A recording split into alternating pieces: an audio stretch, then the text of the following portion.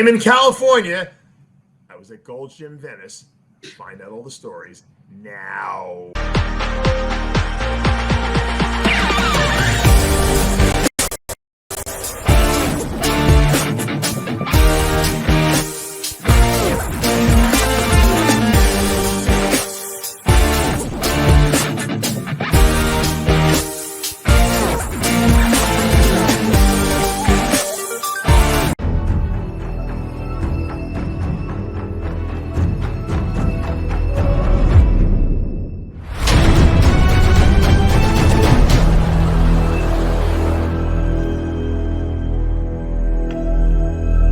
I created Species Nutrition with one mission in mind: to provide bodybuilders and serious athletes with no-nonsense supplements that work. I put my name and reputation on every bottle of Species Nutrition products. If you want to be your absolute best, join the evolution.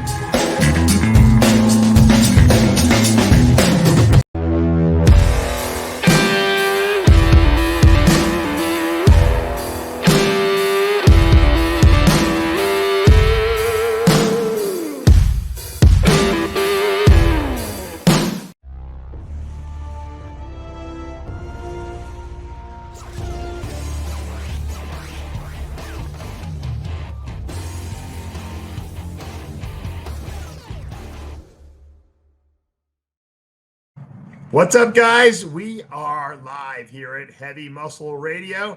I'm Dave Palumbo, of course, joined by the technician Chris Aceto. And Chris, I am in, where am I?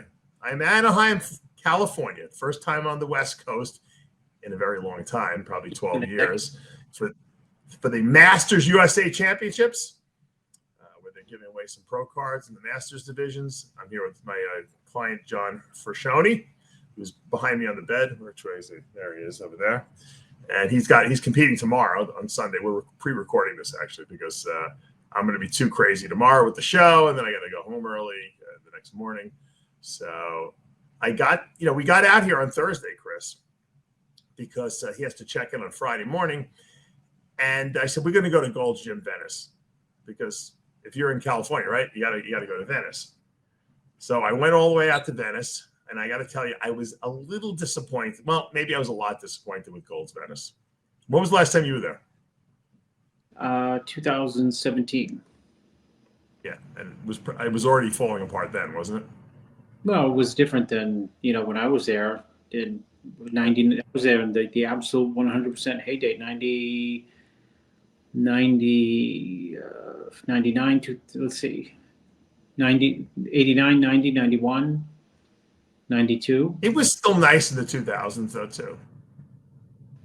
Yeah, it was nice in the 2000s, but I think the heyday was 2000s was nice. But once Ed sold it, that was.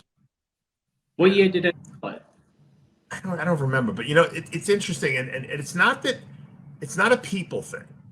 It's a way they're keeping, and this is all of California. I got to tell you, a lot of California. You know how when you used to get off the airplane, everything would be so pristine and clean in California.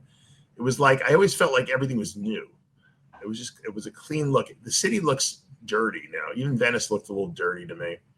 And Venice Gold's, the equipment is rusting. When Ed Connors owned Gold's Gym, what he would do is he would contact these, or probably they would contact him, these equipment companies, and they would say, look, we want to put 10 pieces of hammer strength. We want to put 10 pieces of flex fitness, or what all the different, so every room had a different setup of equipment. And they were all brand new because they would put it in there like a show, like they were showcasing it. So that when international people would come in here, or gym owners would come to Gold's Venice, they'd see the equipment and they want to buy it. It was almost like a showroom. And if you remember, they were constantly switching it. I mean, how often did they switch those pieces out? Every 6 months? I think it depended on. I think that really started after I left. Okay. I think it was still pretty hardcore with, the first piece they ever put in was like the hammer, and that was because they wanted him there, not because they wanted to have a showroom. I think that showroom type thing when it was after I left. It was nice. I mean, I remember every time I would go there, I would see like new equipment that I had never seen, and I'd go there a few times a year. He was always getting new pieces, and I don't know if they're in the process of doing it, because I know they changed out a lot of the cardio. They have some new cardio there, but even the walls, they look dirty. It looks like it needs to be painted. It just needs a facelift. There was a lot of rust on a lot of the machines, which I was kind of, you're not used to seeing in Gold's Venice. Gold's Venice should be like the showcase of the bodybuilding world in America.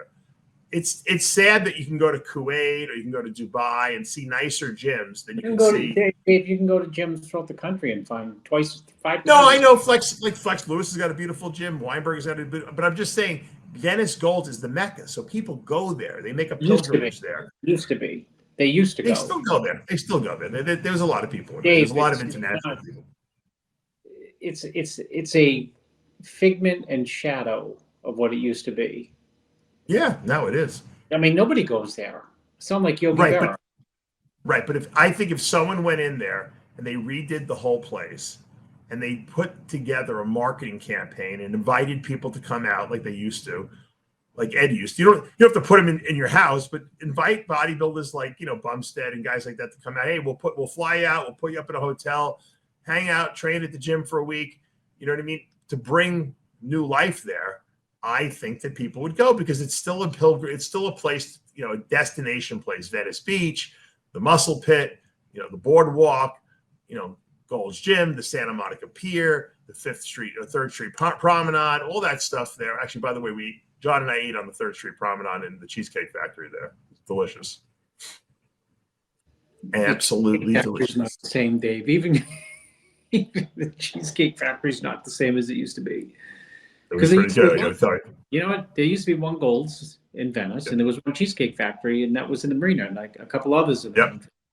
Well, now they have the one in the 3rd Street Promenade. You water down the products sometimes. But with Gold's Venice, you're never going to get. Do you think you're going to get top 5 people training for the Olympia there, plus Janet Jackson, plus Magic Johnson? It's done. I saw Bruce Buffer there. Yeah. Isn't it funny? I've seen Bruce. He's on the same. He's definitely on the same most recognizable face as Magic Johnson and Janet Jackson. No, I know. But it's funny. I've seen Bruce Buffer now twice at the Olympia in Vegas and now in Gold's Venice in like 2-month time period. It's pretty weird to run into, of all people, Bruce Buffer in 2 places. Who else is there? Jermaine Jackson used to go a lot too. Yeah, well, that was back in the day. Jacksons are too old now. I saw.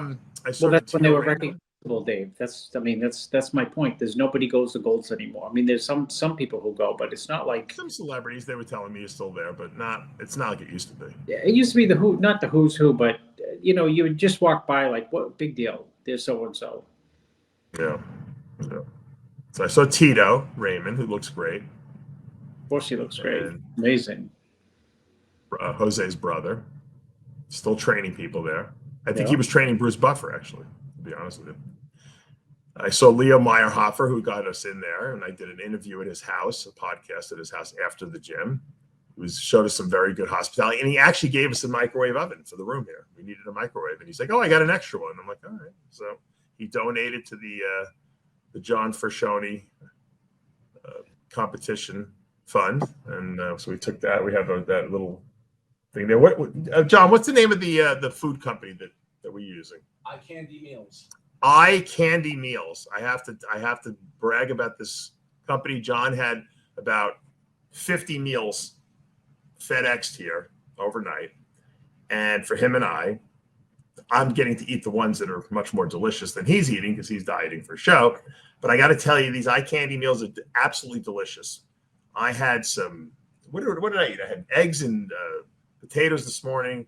Last night I had, what did I just eat just now? I had a really good one just now. Buffalo chicken. Yeah, I had. What did I have? I had some real. I can't even remember. Meatball bolognese. Chris, you would have eaten these meals. He's dieting and he's listing every meal that you ate. You can't. Well, he knows because he wishes he could have eaten those meals. Like an issue. He's going to get a burger and fries in a bit when we're done with this show. So he's excited. We actually. I gave him a burger and fries yesterday, the day before that, and today, he's got 3 days. This is his 3rd burger and fries in a row. So he's looking great. Hopefully he'll get his pro card. That's the goal. I've seen a lot of people here that I recognize. First of all, my good friend Tamer El Guindy, who runs this show, hooked me up with some good press passes, even though I forgot to send him a request 2 weeks ago. And so we go way back.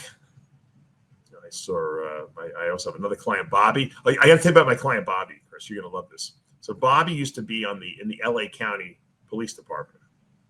So he's like my age. I'm like, Bobby, were you there when OJ was arrested? He goes, yeah, I was. So listen to this, Chris. When OJ was arrested, all the sheriffs in the holding area where OJ was in jail were bringing in, smuggling in footballs and jerseys and pictures for OJ to sign. Of course. And so I think the sergeant came in and OJ had he had an exercise bike in his cell. He had like a refrigerator in there, a TV. He was not living in squalor in the jail. And so he was bitching and complaining that he needed something. I forget what he needed. And the sergeant comes in. He's like, what the hell's going on in here? He goes, I want this bike moved or something like that. I need a new bike and it's not working. He's like, what are you, bike? What? He goes, why are you yelling at the sheriffs? You're in jail. He goes, these guys, I've been signing autographs to these guys for the last 2 weeks. They bringing in stuff. And they're like, what do you mean you guys are wearing? They were smuggling in and no one knew. He ratted them all out. That's crazy. Yeah. He said that he also told me the gloves were that they had a case that was a shut and dry case with OJ, but they did try to frame him. Those gloves those weren't OJ's gloves. He goes, they try to frame him to make sure they had like an even better case, and it wind up screwing them because they caught them doing it, and because they caught him, obviously that led to doubt in the case. It was. He said, and I said, was Mark Furman really a racist? He goes, oh yeah, unfortunately he was. So OJ got lucky, really, is what happened. That all that happened. Trials are never slam dunks, No. They should have they had his blood everywhere. There's no reason to plant any evidence. They had so much evidence already, Well, sometimes, yeah. Sometimes you play your cards. Yeah, they blew it, essentially. So we got this. The women went today. All the women's events. They got I got to tell Tamer. Tamer does the backstage and the stage show for the Olympia. He does all that. I swear to God, if I show you a picture of this show, the stage, it looks like a mini Olympia. The way he set this thing up, it's so impressive. This is just the Masters USA. It looks like the Olympia. Now the venue is not as big, but it looks phenomenal. He did such a great job here. And when I was talking to him, and Tamer runs over 200 shows a year now, all over the world, from China, they're in Africa. They run all the Brazilian shows. That's a big deal for them. They do a ton of Brazilian shows. They're everywhere. And I said, how do you do this, Tamer? How do you function doing all these shows? Because you have to be traveling every weekend of the year. He's like, yeah, I travel a lot, but I have a really good staff of people. So they have a lot of guys that are, in each different area working for them. I said, you know what? I said, I got to take my hat off to you, because I think of myself as a very hard worker, but I've never seen anyone do what you did. It's incredible. It's incredible what this guy has orchestrated. And, I know Tamer from when he first started, even before he started competing. I had met him years and years ago in the 90s. And I did a consult with him in Seattle, Washington, and that's how long I know him for. And it makes me, I almost feel like an excited father when I see him, because it's incredible what this guy has accomplished. His work ethic is so incredible that anyone who wants to learn how to run a business, go talk to this guy. He's top notch. Can't say enough good things. I ran into Tamer when he had retired. I think it was at the Arnold. I wonder if he remembers this. Send me his number and I'll text him. I'll actually call. Yeah. I'll call him and I'll tell him that I said on the radio show, and see if he remembers it. What did he say? He was retired, and as you know, when you retire in bodybuilding, it's just for most people, it's a hard transition, because your entire life is eat, sleep, and train bodybuilding. He got his pro card and, had a great amateur career. I don't know if he competed or not as a pro, but at some point I ran into him at, I think it was the Arnold, and he didn't look down or whatever, but he had asked me like something about staying in bodybuilding, and he wanted to stay in it. He didn't know what capacity. Right. I don't know if he mentioned promoting, but just the way he delivered that to me, he had a really level head. But at the same time, as level as his head was, I could see that he just hated the idea that he was ending his bodybuilding career. And I told him, Tamer, how hard did you prep for your shows? And he just said, like, all in from several years, just all, everything I did, all. I said, just take that energy and whatever you do, bodybuilding related, it's all going to be easy from here compared to competing. Because the competition part is, you have to, at your level, hit a home run every single time out. In business, you can just hit like doubles and you do well.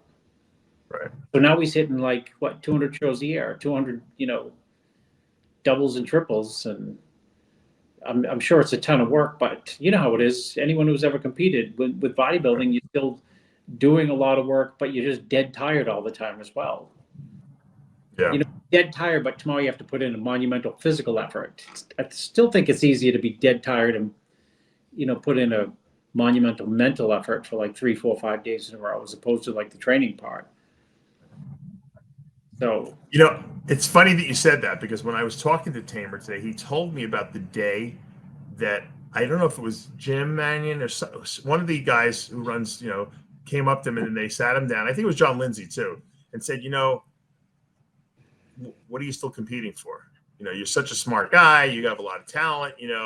You can do so much more in this sport, and you can make money, which is basically their way of saying you're not going to win the Olympia, right? That's the speech no one wants to hear, right? We all think delusionally we're going to be on that Olympia stage and win the Olympia. And he said it was really, it hurt him at first. He felt terrible because he loved competing, and then he realized they were right, and that's so probably was around the same time that you ran into him when he was deciding. You know what? I swear that John Lindsay's name came up in the conversation that I had with him. It had to be 20 years ago. Mm-hmm.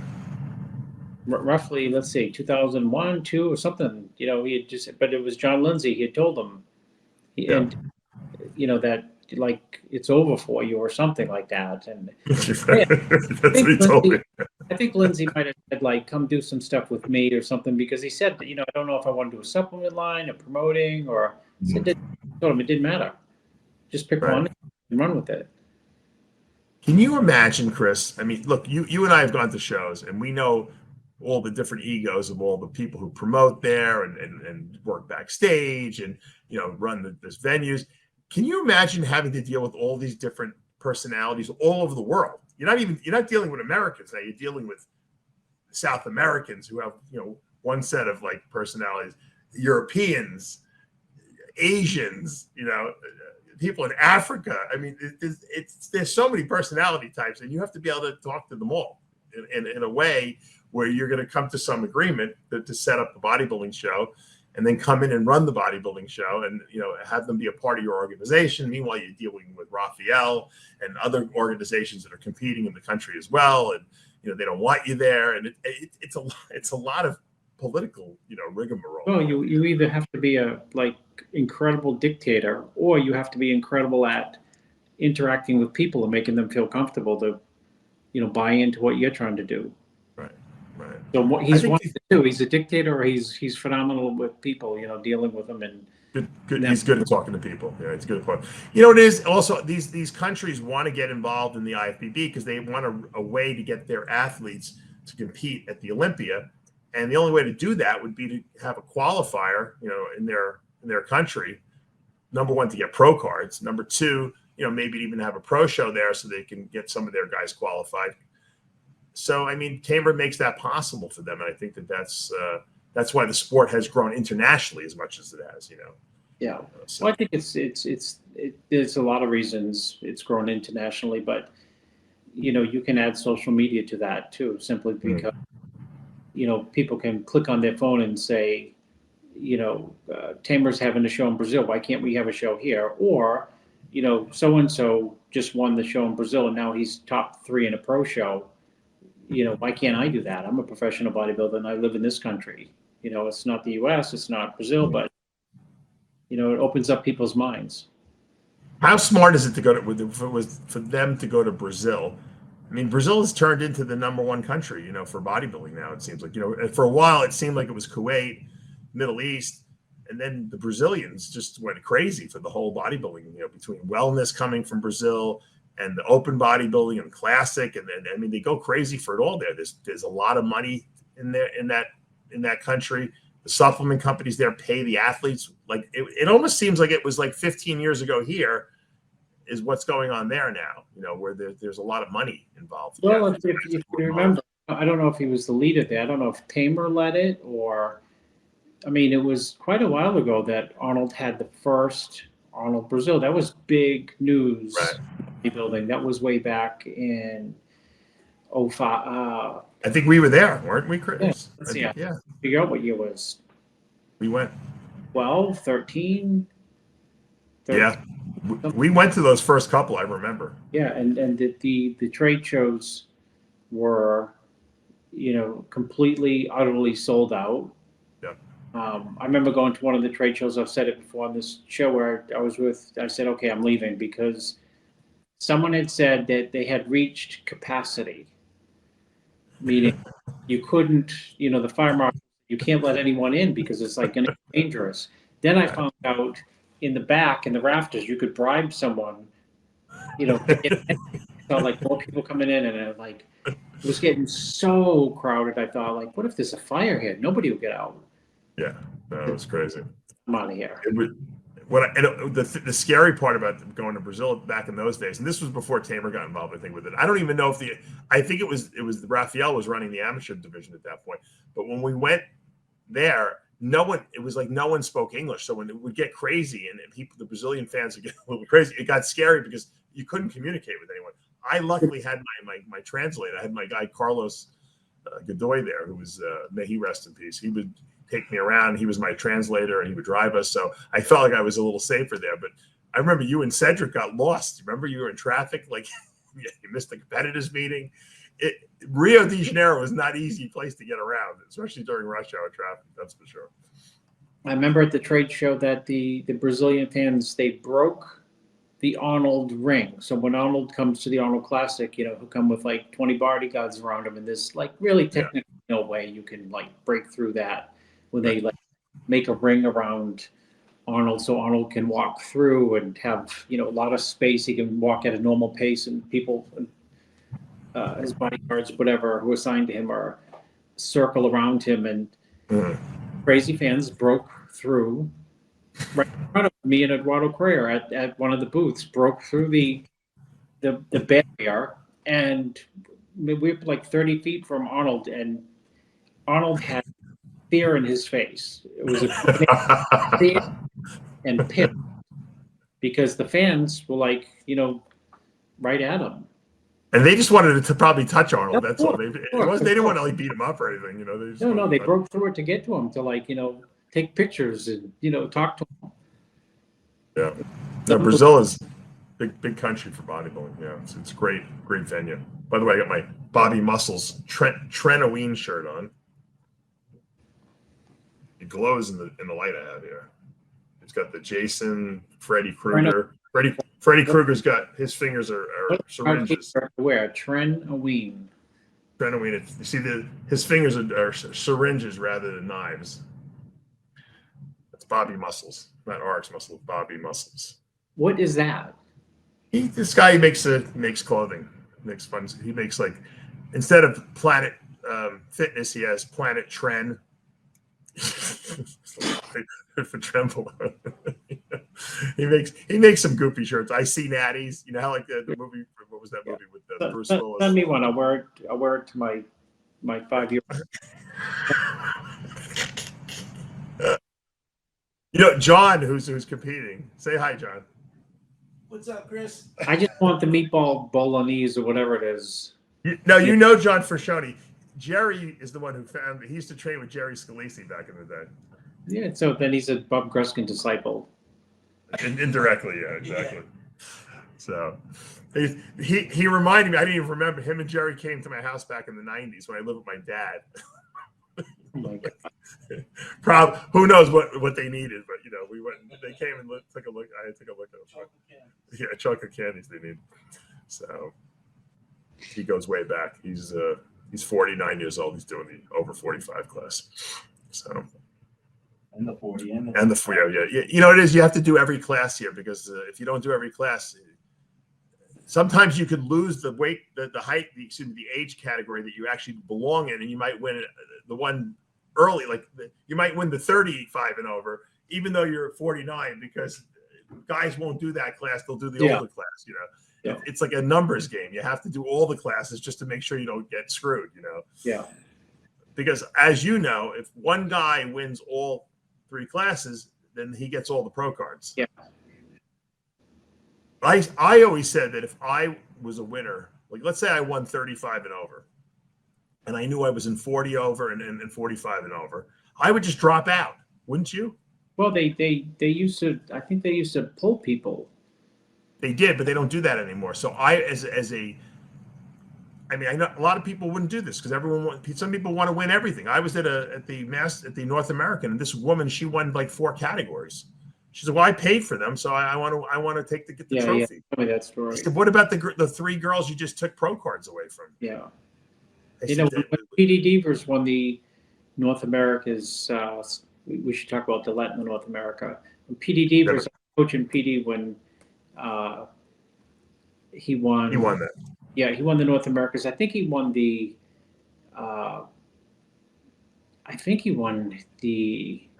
Open.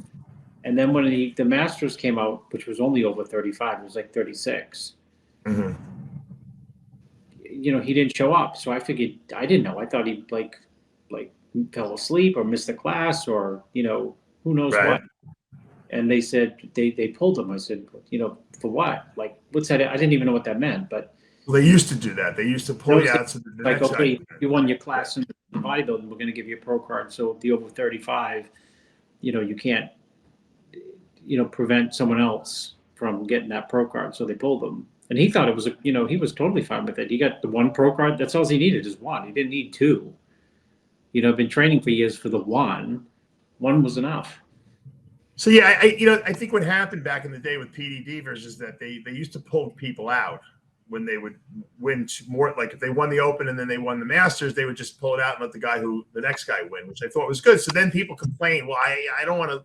So then what they did was they said, all right, well, if PD wins both, you can win both, but then they'll just go to the second place guy for the pro card, which makes sense, right? Because if you already got it in another class, that they give it to the other. Then they decided, you know what, we're not doing that anymore. Whoever wins. If a guy wins 3 classes, then he wins 3 pro cards. Well, the only problem, I understand that, but the true problem with that is if it's, PD Devers against John Smith and PD Devers wins a class by a point, technically it's a draw. You win by a point. That on a judge's card, that really means that other people on that judging panel had you second place. Mm-hmm. Have the guy who was second, first place. So in that case, it's almost like a draw. So when it's that close, you really are technically taking a pro card from someone. Technically, right? Well, that's why I think the solution.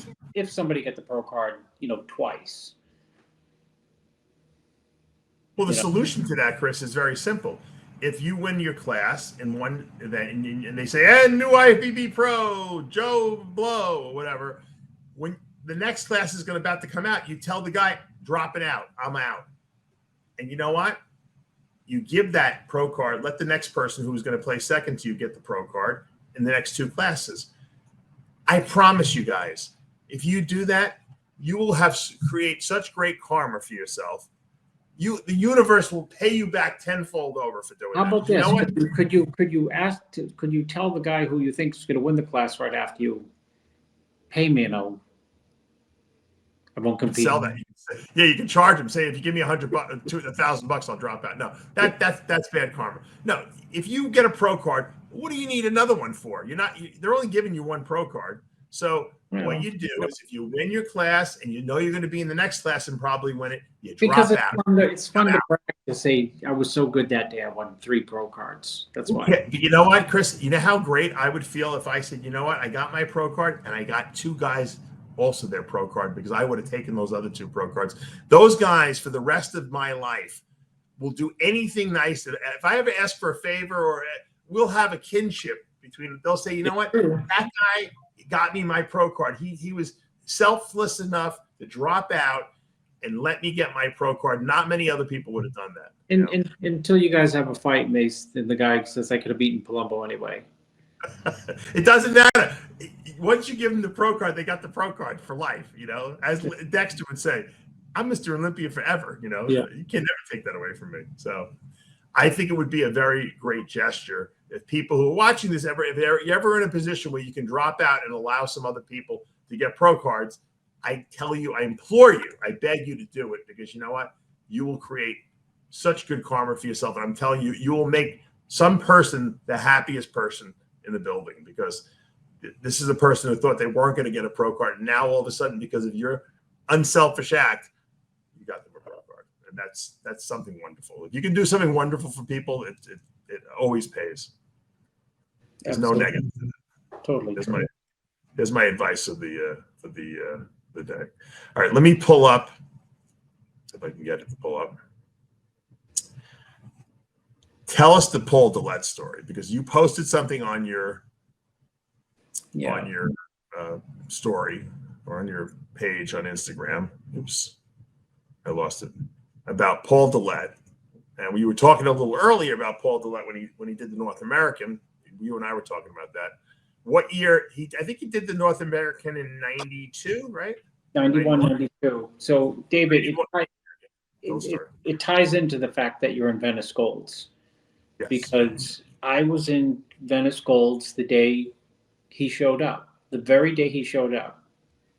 And I'm in Old Orchard Beach, Maine, for where I don't live, but I used to live. I'm here for a couple days.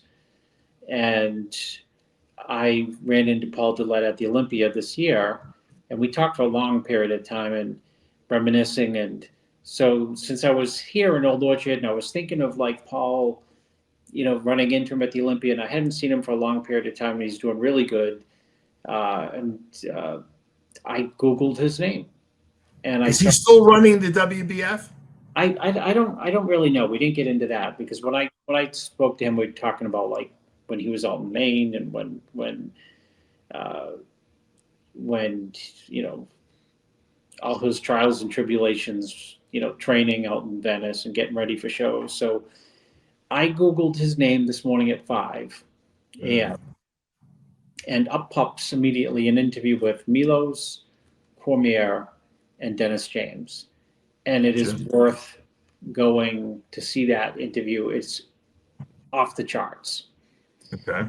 And Paul, part of so Paul came to stay with me for the getting ready for the 92 North America. Uh-huh. And he tells a story about, I don't think he knew, but the day he came to Gold's Venice is the day I met him. He wore a red T-shirt with a white. You have a good memory, man. Well, you can't miss him. Okay, you're in Gold's Venice, Dave, and in its heyday, and somebody who nobody knows comes into the gym, and you say, like, who's this crazy looking guy? And he comes in, and he had a super V taper, wide shoulders, gigantic arms,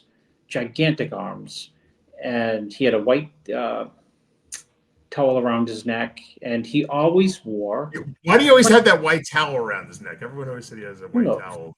It was his trademark, and he always wore sweatpants, and so he goes up to see Weeder, and because his uncle was running the IFBB for Ben, Winston Roberts, was his uncle. Oh, So, okay. I didn't know that. and Winston introduced him to me. Okay. And I figured, so he goes up to see Weider, and he hits the front double, and that's it. Weider, he's not even a pro. I think he competed once before. It's like an amateur years before. And Weider gave him a contract right on the spot. And so that was like 1990. And 92, he comes to stay with me. And he got off the plane, came to my house. I said, let me see what you look like in the kitchen. He hit a front double. I'm dead serious. Joe gave him a contract. I said, stop, enough. This is ludicrous. I took my Polaroid camera out like Bob Gruskin, and I'm going to look for that picture because I know I have it. And I snapped a picture, and I thought, this is the greatest front. His arms were twice as big as his head. And he didn't you look at him and say, this guy's going to win the Olympia one day, right? Yeah.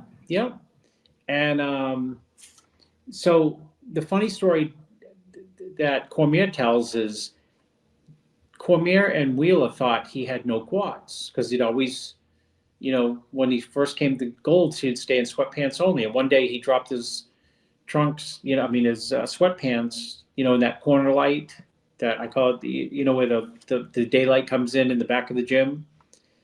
And those guys saw that his quads were off the charts. And that year, Cormier says right on the video, he said, me and Flex just decided we're just going to do shows that you're not trying to qualify for your pro card because they were afraid of him.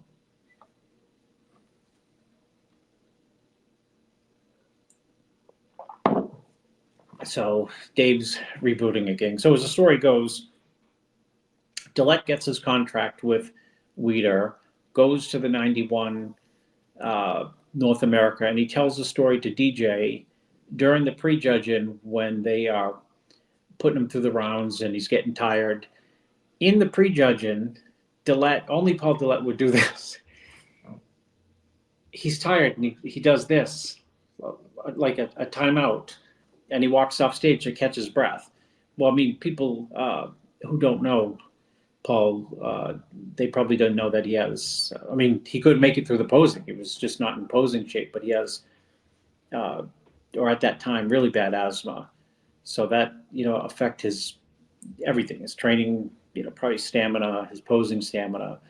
But the idea that he'd be in a big show like the North Americas and call for a technical timeout during crucial, front double bicep, back double bicep, side tricep, abs and thighs. Only Dillett would have the gall to do that. Could you imagine Dave being at the USA and then you go like this?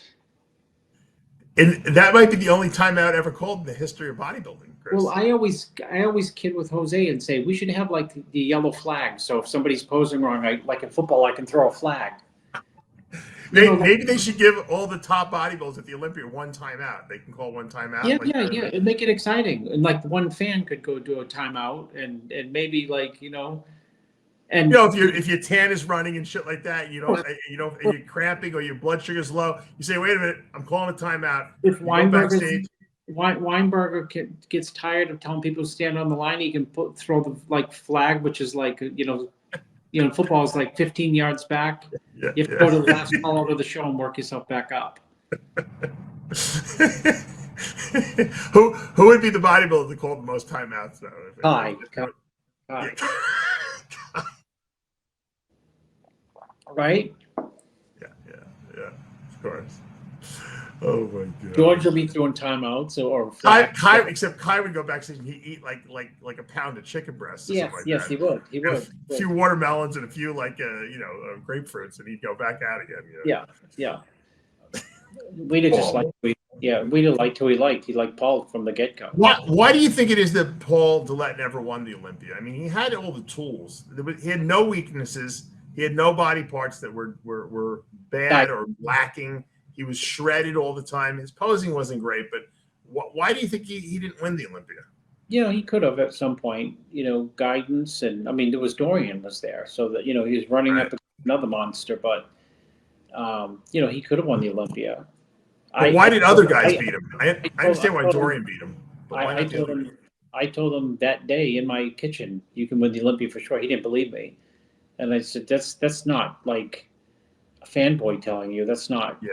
like that's not like to encourage you. That's just a fact. And I had seen everybody at that point. 1992, I'd seen everyone. I've already seen every single person 100% close up pose Mhm. in Olympia because I worked at the bodybuilding camp. I've seen Right. Kaspar close up. I've seen Samir close up. I've seen Stridham close up. I saw Lee Haney's close up. I saw Robbie Robinson close up. Bob Parris close up. I mean, in the same room, Sure. posing. And I saw Paul, and that was the best frontal bicep I'd ever seen by 2 miles. You think that if Paul was competing like in this day and age, would he have been Mr. Olympia? Yeah, he probably would have been Mr. Olympia. I mean, if you look at him, like his first Ironman, like the first year he turned pro, like 92, if you actually look at the changes, he went from like, when he showed up that day in Golds, he was just a big fat kid. Yeah. And when I first saw him as a big fat kid, that's actually how I saw him. And funny, within 3 days, he had a contract with Weider. So, at that point, he was just in a like endless bulk phase and never competed and didn't know how to compete. But if you look at his changes from 91, the first North America, to 92, the second North America, and then 93, his first pro year, 94. I mean, 93, 94, dude, he was beyond dangerous. So, he had some things, he talks about, he's very candid, very level-headed. In that interview, he talks about like, towards the latter end of like 98, 99, he didn't have the same drive as he had coming into the sport. And as I always say, when it's hard to keep that drive going. And there's a lot of things that can sideline your drive or interfere with your drive or put doubts in the drive. But he didn't have, the mental drive or the desire. I don't know, the desire like in the late 90s compared to like when he first came on, like that trajectory that he was on 90, 91, 92, 93, 94, 95. He was very, very, very good. I think it was not, I lose track of the years, but 96, I think he was still really good. Very, very good. But he was the freak of freaks, period. There's no one like him around today in terms of freak of freaks. He had the best calves in the sport. He had the best hamstrings in the sport. He had great quads. He had the best arms in the sport. He had he just didn't know how to present himself on stage. Part of that was no experience, but part of it also was probably nobody took him aside to show him, this is how you have to present yourself on stage. And he was up against, his posing was not that good, but he was up against he was in the competition was astounding at that period of time, but also he was up against like master posers and presenters like Cormier and Wheeler. So that certainly didn't help him. So, he's another person who, when we talked about Tamer earlier, when it was time for him to hang up his trunks, he made a good, a smooth transition. It wasn't like this big, woe was me, my bodybuilding career is over. He parlayed that into his own federation. I'm saying, Dave, about how Dillett was level-headed when bodybuilding was over for him. He was not like any woe is me. He moved on to other things, focus on something else. Yeah. He had really bad shoulders. I was working with him with metrics. Scott Connolly got a hold of him in 97, 98. And I think it was 97, 98. And he said to me, he goes, this guy could be, I don't know why he's not. He has no weaknesses. And Connolly invested a lot of money in him. We did a bunch of photo shoots I did with him, and I hung out with him, and he was telling me about his shoulders. He was like me. He couldn't externally rotate those shoulders back anymore. He had these big arms, and they were like this. He couldn't pose. He was in so much pain. He had problems. 92, his shoulders were bothering him. Yeah. 92, that was 5 years before, half a decade before you ran into him. The weird thing, though, Chris, is he didn't lift heavy, so I don't even know what happened to his shoulders. That's the weird thing. Who knows? He tells the story of bringing, like, going up to see Weider and toting along Wheeler and Cormier to get a contract because Oh, they really? couldn't even get an appointment with Joe. Oh, so he had the in? Yeah, That's funny. he had the end, but he was generous in that way when he was competing. And when he was up at my house, he did a dude. He was, you know what? Already 2 years in, he didn't sell himself short. The people called him just to do a seminar when he was at my house, and I drove him down to Connecticut. Matarazzo called him to do the seminar, and Matarazzo said, like, I can get us each 1,000. And Dillett's answer was, I am not getting off this couch looking out at the beach for less than 2,000. And Mike said, we can't get 2,000. And Paul said, tell the promoter 2,000 for me and 2,000 for you. And Mike told them, and sure enough, the guy said, okay, we agree to it. That's phenomenal. So, that's great. He didn't like to be taken advantage of, because he was put in work, and sometimes you don't know your value. But Yeah. I remember him telling Mike Matarazzo, look, I just doubled your Your pay. fee. And and Paul still didn't have his pro card. Oh, that was before he even got the pro card. Oh, in 92 when he was at my house, like Mike happened to call and said, hey, I hear you're up in the Northeast, you want to do a seminar with me. You know what it was though, Chris? People couldn't, meet these people. They couldn't get any kind of access to guys like him No, the turnout, back in the day because there was no social media. I drove him down. The turnout was crazy for him in Matarazzo. Nuts. I'm sure you went to seminars with top bodybuilders. They would be packed because you couldn't have access to these guys any place. Where else could you couldn't go and watch their Instagram every day, that's for sure, and find out any information. So there was no Instagram. So you had to go to these seminars. So if Dorian or if Dillett or if Wheeler or if, Connolly, Paul DeMeo, I remember Paul DeMeo did a seminar with Connolly at my friend's store. There was like 1,000 people there, Chris. Yeah. It was nuts. Couldn't believe it. Yeah, I'm trying to think. 92, he was at my house. That's also the same year I met Jay. Mm-hmm. Tom Prince stayed at my house in 92. Bruce Patterson stayed at my house in 92. It was like an Ed Connors of the East Coast. I was going to say you're the Ed Connors of the East Coast. Who else came to stay? I'm trying to think who else was DeMeo, 92. Francois, 92. That's so good. Francois came up and stayed with you too? Yeah. Mike came a couple times. That's funny. 2 or 3 times. And that was when you were in which house? The beach house? Yeah, the beach house. Yeah. So it's like nostalgic. So the nostalgia was like when I saw Dillett at the Olympia, and I was like, oh my gosh, it's Paul. I haven't seen him in years. And we just picked up like right where we left off, and I could have talked to him forever. And then since I'm in Old Orchard, I'm back to like square one where I was in 92. Yeah. I'm like, God, Old Orchard, Dillett. He used to go and walk on the beach in the morning. That was his cardio. So funny. So that's all you need to do, Paul, is 30, 45 minutes like walking, because he was right. Paul changed. Paul started getting the wheels turning in my head about what causes muscle growth. And what was your conclusion? Well, I thought, there's muscle damage, right? And the muscle fibers grow back bigger and harder. And there's just like high rep sarcoplasm, growth from the sarcoplasms, sarcomeres fill up or something. You know where I'm going with that?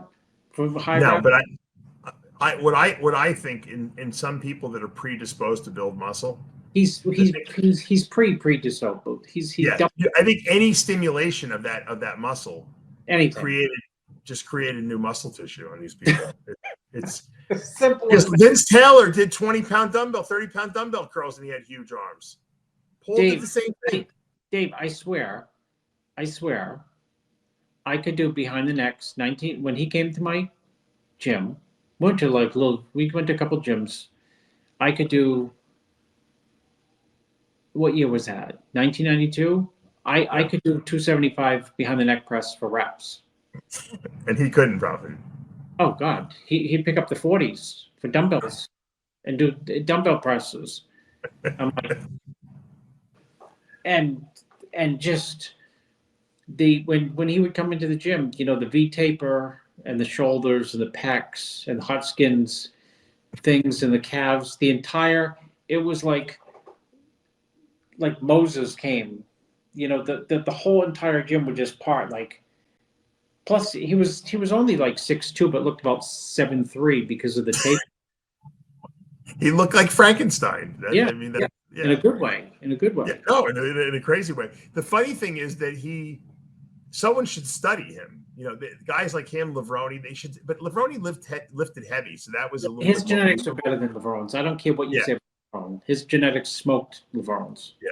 Well, him and Vince Taylor. The Vince Taylor trained the same way. Yeah. Yeah. Very light trainer, and for some reason he just grew. He hypertrophied from doing whatever he did. Listen, he when he was, I swear, on that post I said he ate like a bird, because when he came to my house I said, you have to eat, and it's like after 2 meals, like, okay, that's it for the day.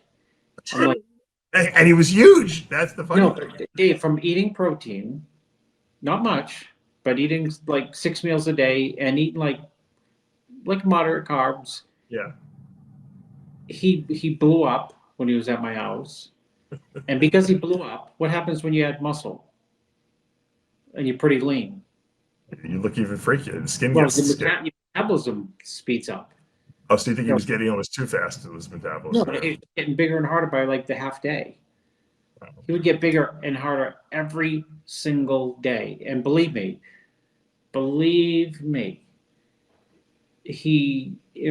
what he didn't use to look like that is minimal drugs. Yeah.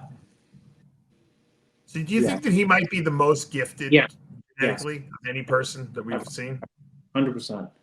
Because even guys like Wheeler and Cormier, they all lifted heavy, and they lifted heavy weights. To grow that freaky big without lifting heavy weights and not even eating a lot, we got to study him. We got to do some. He did say in the interview, Dave, he's very, very funny and insightful. You have to have him on time. Yeah, maybe we should get him on this show. He was so into bodybuilding. He trained. He said in that interview with DJ and Cormier and Milos, he said he trained 2 straight years with no off days. Every day. Yeah, every day, because he would just and he recovered too. That's the funny thing. And he just ate. He was on like a I'm sure like Kentucky Fried Chicken type diet, and a couple protein shakes. He was pretty bulked up when he first came. He's like kind of not sloppy, but it's like I was so cynical. Like when I saw him and he was over 300, I'm like, yeah, he's probably got weak everything. I'm like, wait a minute, I'm looking at him. He's like, nothing's weak in the upper body. That's when I did like I said in the post, I did like a Cormier. I said his legs must be terrible. Yeah, he had no weak body parts really. I mean, his weakness was he really couldn't pose. He was a terrible poser, and I don't know if that was part of it. It goes back to the shoulder thing too. Part of it was his shoulders were really bothering him. You know why? Because I heard him explain to other people how to pose, and he was very insightful, and he knew how to pose. He's very insightful when it comes to a lot of things, actually. Right, but if you're a terrible poser yourself, but you can explain to other people how to pose, it's weird. But maybe it was a shoulder thing with him, and that's really what it was. But it looked like he would make all these weird, You know what's so interesting? So after I watched the interview, I said, let me see what he looked like. And if you look at back shots in 92 and 93, they were great. They were great. And the reason why they were great is because when he could bring the arms down, he could turn and he could open up the back. Mm-hmm. And when you're in a lot of pain, you're not doing any of that. It'd be like saying, lock out your thigh. I can't. Well, the judges want to see you lock out your thigh. Mm-hmm. Dave versus Chris, lock your right thigh out. We want to see who's in better condition. And and Dave can't lock his thigh out. Well, not even hitting the pose they want to see. So, the shoulder, I'm sure, played both shoulders a big part. Why couldn't further in his career? Because if you look, his back got better, but he could never hit it I mean, he hit it 92 and 93, maybe 94 really good, but 92, 93. If you look at the North America video, he hit it perfect. 93 first pro show, perfect, and it looked phenomenal when he hits it. But as he got on more years, the shoulders probably got worse. Yeah, it's a shame. He could have gone really far in bodybuilding, but you know what? I always say bodybuilding is also about, you could have the perfect genetics, but you could just not have the perfect situation. And he obviously had shoulder problems, and he couldn't, realize the potential of all the gifts that he had. Yeah. So it has to be a combination of everything. Everything has to be timing. Everything has to be lined up properly. It wasn't meant to be. It was meant to be for Ronnie. But look what happened to Ronnie afterwards. Ronnie's, essentially in a wheelchair now. But when he was at his best, he was his best, and that, and so the timing for him was perfect, and so he'll go down as the greatest of all time, probably. Yeah. But Dillett could have been the greatest of all time had he not had the shoulder issues. It's like what we talk about. Chris and I go back with Bo Jackson, right? I always send you the Bo Jackson reels. Insanity. Bo Jackson was the greatest athlete of all time. If he didn't have that hip problem where he, busted that blood vessel that supplied the head of his femur, and he had to have a hip replacement, he would have broken every record, I think, in rushing yards in football, and he would have probably broken every record in baseball too. The guy was an unbelievable baseball player. He was unbelievable in both. Unbelievable in both. But it wasn't meant to be. He got hurt. Yeah. So he didn't realize that potential. But this guy could run almost a 4-second 40-yard dash. He was big. He was really big. No one could stop this guy. It was unbelievable. So you see, every once in a couple generations, you see athletes like that. And Dillett was certainly a gifted athlete like that. Exactly. So Venice Golds. What are we going to do about this place? We got to get Ed Carnes back in there. I think that's the buy it. Do a crowdfunding and buy it back out and bring back the bodybuilding. Bring back Lee Priest. Bring back. How about our buddy, our friend, our mutual friend? Maybe he'll buy Golds Venice. Can you think he would go buy it and redo it? On a scale of 1, what's the energy level? If you're on no carb diet for 3 weeks. 6. Okay. My litmus test for Golds Venice, I used to tell people, they'd say, "What's it like?" And I said, "You could be on low carbs for 11. You could go 0, because if you walk through the gym, you would see. If you looked left, you would see Mike Christian. You might see Lee Haney. You might see Rich Gaspari, Gary Strive. You look right, you might see Lou, Shaquille O'Neal, Lou Frigno. I already said, Jermaine Jackson, Janet Jackson was there regularly. Right. People were there. A lot of Bruce Jenner when he was Bruce. Yeah, there were a lot of people who were celebrities who were there for the same reason the bodybuilders were there. The energy. Greg Hines, Mickey Rourke. Yeah. They went for the energy. You could go to Sports Club LA, which I went to, and for the Hottie Toddy, Hollywood group.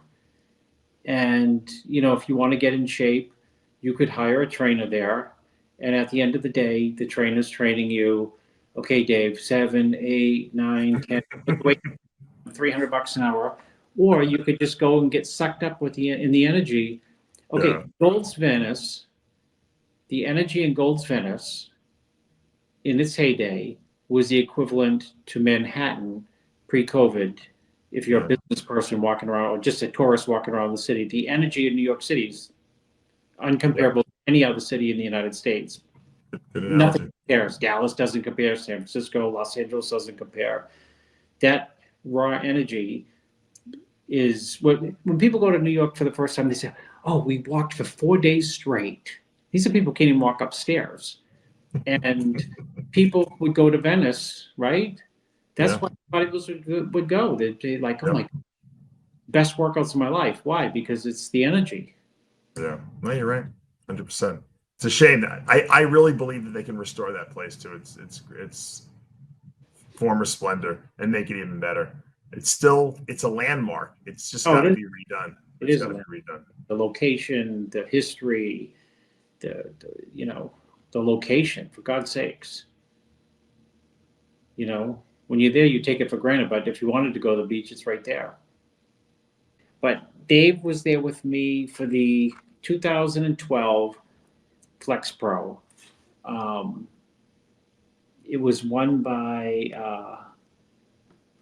well, it wasn't won by Eduardo Correa, who I was there helping, who had gone from 212 to open. Sean Roden was in the show. That's where I met Sean. Ben Pakulski was in the show. Fuad Abiad was in the show. And every one of those bodybuilders would know that Lionel Baiki was a butterball when he won the show. Lionel was first, shockingly. Fuad was in great shape third. Ben Pakulski slipped into second. How, I don't know. Roden was fourth, and Eduardo was fifth. And that, I think, was the last time, 2012, 12 years ago, Dave has been in not in Gold's Venice, but really around Venice for an extended period of time. He might have been in and out of Venice here and there, but for particular bodybuilding to fly out there specifically to cover a show. That's right. I gave the list. I said Lionel Baiki won. Ben Pakulski with peanut arms got second. He'll hate that, but he didn't have the intelligent investor, the intelligent science fraction that he's got now. Fuad Abiad was third. He looked very good, actually. You have a good memory, man. Wow. Yeah.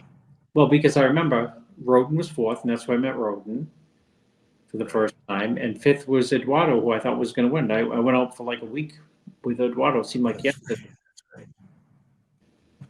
And Eduardo was moving from 212 to open. He was just like, his condition was like 5 weeks better than everyone's at the show. But they said, no, you're not big. Now the Olympia is dominated by 212 guys. Right? You know, when I went out for that show, this is a true story. I went to the pre-judging. It was great. Obviously, I had a good time. We hung out. And then I was going to go to the night show. I don't think I went to the night show. I had an opportunity to go do an ayahuasca ceremony up. I don't even know where I went. I drove like 2 hours north. And I went to this crazy mansion and I did ayahuasca there while you guys were at the night show. And I think you wrapped it up with someone else. I don't remember. Yeah, I did with Farnsworth and yes. Because I was all ayahuasca'd out for that for the night show. So. Yeah, where'd we stay? Yeah, where'd we stay for that? I was there with Eduardo for like a week. We might have stayed at the Marina Pacifica. I stayed at the Marina Pacifica, which was the Irwin, I think. Then, yeah. Or I think you stayed in Marina Del Rey, if I remember correctly, for that show. I can't remember. That's when still had an edge to it. I was taken out by my good friend Umberto Ponce, who does my Instagram for Species Nutrition and our TikTok. Anyway, he lives in the area, so he's like, "Are you in California?" I said, "Yeah, I'm in California." I said, "I don't think I'm anywhere near you." He's like, "Oh, I saw you were at Gold's Venice. I'll drive there and pick you up." I said, "No, I'm staying. In Anaheim." He goes, "I live in Anaheim." I'm like, "You do?" So he picked us up. He took John and I out to eat last night to a really nice place. And I went to Huntington Beach with him today, and he's like, "Oh, I'm going to take you to my reptile store I go to because I get my crickets there from the bearded dragon you sold me." I said, "All right." So we go to this reptile store, and I didn't realize it's like the number one place. It's like it's actually called the Reptile Zoo, but it's prehistoric pets, and it's run by this guy Jay Brewer. I've been watching his YouTube channel for years. I know the guy. He's a great guy. He wasn't there. He does reptiles for the Saudis in Saudi Arabia. He set up a whole zoo for them there. Anyway, I went in there and I was in like heaven. I was in reptile heaven. They have millions of snakes and they have albino alligators and pied alligators and all kinds of crazy, crazy reptiles. So I want to thank Umberto for taking me there. It was actually one of those places on my checklist, on my bucket list of things I wanted to do and places I wanted to go. And I never thought I was going to get there because I said, I'll never go to California again, right? And little did I know, right in my backyard, it was right there. He took me to the store. And never say never. Thank you for that. All right, we're gonna wrap up now. Sorry for the glitches, but you know what? When you're on the road, sometimes you gotta roll with the punches. Thank you, Chris, for being patient and for recording this a little early. As we say every week here with Heavy Muscle Radio, the truth hurts. Sure does. We'll see you guys again next week. same time.